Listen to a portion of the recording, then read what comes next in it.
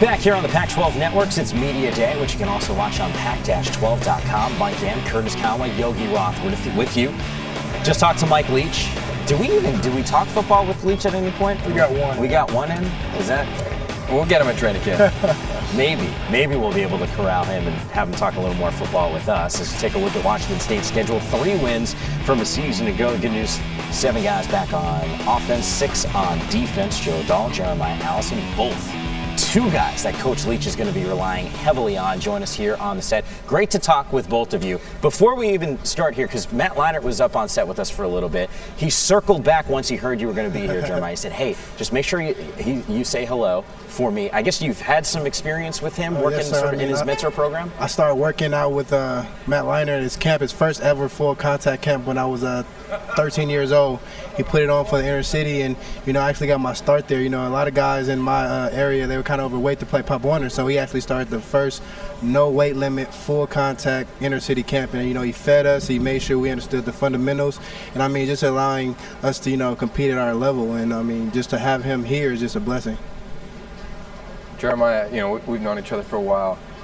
You've grown into such an incredible young man. Do you ever look back, and you're still a really young man, but you're doing some great stuff. You ever look back and say, wow, I've competed really hard to leave Los Angeles, go to Washington State as far away from South Central LA, and get a degree and continue on down this path of not only football, but you want to be a lawyer someday? Most definitely. It's amazing. It's an amazing experience, and to actually go to Pullman and make the impact I did is also truly a blessing. And my work is not done, so I have a lot more to work towards. And yeah.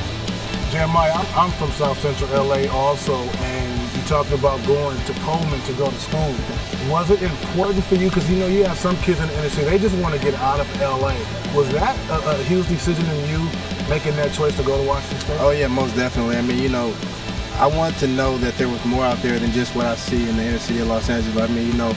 Coming from South Central Los Angeles, it's not always the most positive, examples, but it's where I come from. It builds character. But being able to go to Pullman, Washington, and go there and grow as the man I am today is, amazing.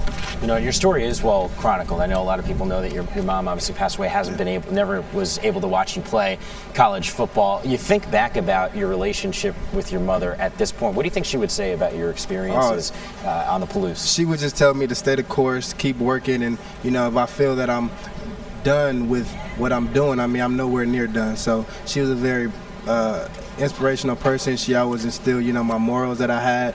And, I got a chance to meet people like that at Washington State as well. Like, for instance, our president, Elson Floyd, actually just passed away recently. He also instilled, good qualities within me, too. I got a chance to meet him and get close with him as well.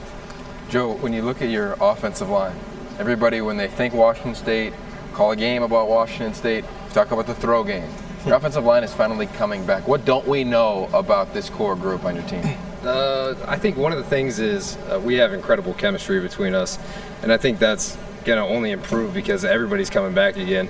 Last year we were kind of we were a big question mark because we didn't have a bunch of experience, but I think this year you're going to see a great group to come together and just continue to grow as the year goes on. Joe, speaking of your offensive line, I know when I was playing in the league, we love to throw the football, but every now and then our offensive line will look back and say, can we run the ball so we can tee off on these guys? Oh yeah. Do you guys ever talk about that? Like, Mike, can we run the ball at least 1 or 2 times in this quarter? Oh yeah, definitely. We'll get that mindset every once in a while, but we know that we don't have any say in the play calls. But I think this year you're going to see a more balanced attack from us, especially from years past. And I think that we'll be running the ball a little bit more, and that'll make the big fellas up front a little bit more happy too.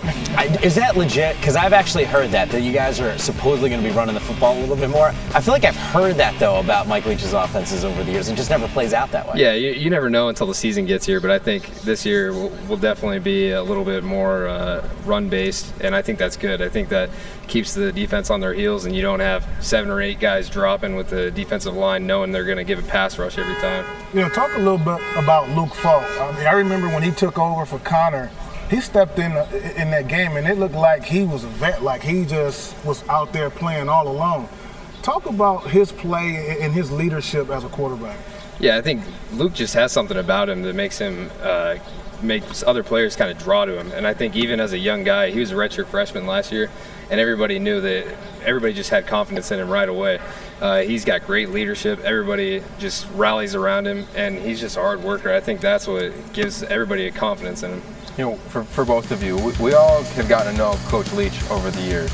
There's this persona about him and the way that he thinks and his personality on air.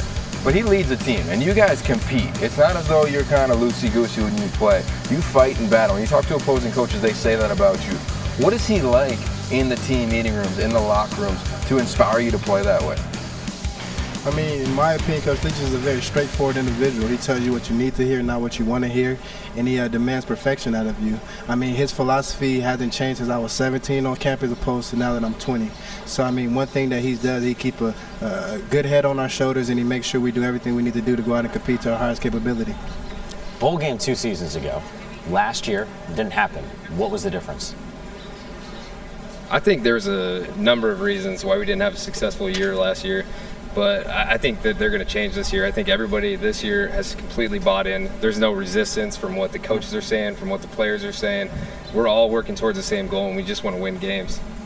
What's Coach Leach like in a team meeting? I want to go back to that because he clearly can tell stories, right? Does he tell amazing stories? You said he's straight and to the point, but take us inside of one of those team meetings. So Coach Leach does have a sense of humor. I mean, you know, as you could tell from, you know, these past media days, he's a guy with a huge imagination, you know what I'm saying? And I mean, the funniest story I can remember him saying to me was, you know, he was telling us that in order to do what we have to think it first. So he says, you know, don't think of a pink elephant.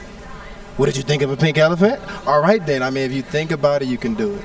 How about you? What's he like in those meeting rooms? Yeah, I mean, you guys see him, and you only get to see a certain percentage, but I can tell you he's pretty much the same guy behind closed doors. He'll get on stories. Anything that he thinks he can relate to a lesson, he'll tell you. And he doesn't care if it's an hour, 2 hours, half an hour. It doesn't matter to him. But he always gets around to the point, and he'll let you know what the point is, too. It's always nice sometimes when you're talking to people that the point comes within the first 2 minutes. Sometimes it's like the first 32 minutes maybe with Coach Leach, apparently. Guys, wish you nothing but success this upcoming season. Can't wait to be on campus with you guys in a couple weeks at this point during our training camp tour. So once again, thanks for stopping by. Yeah, thanks a lot, guys. Go cool.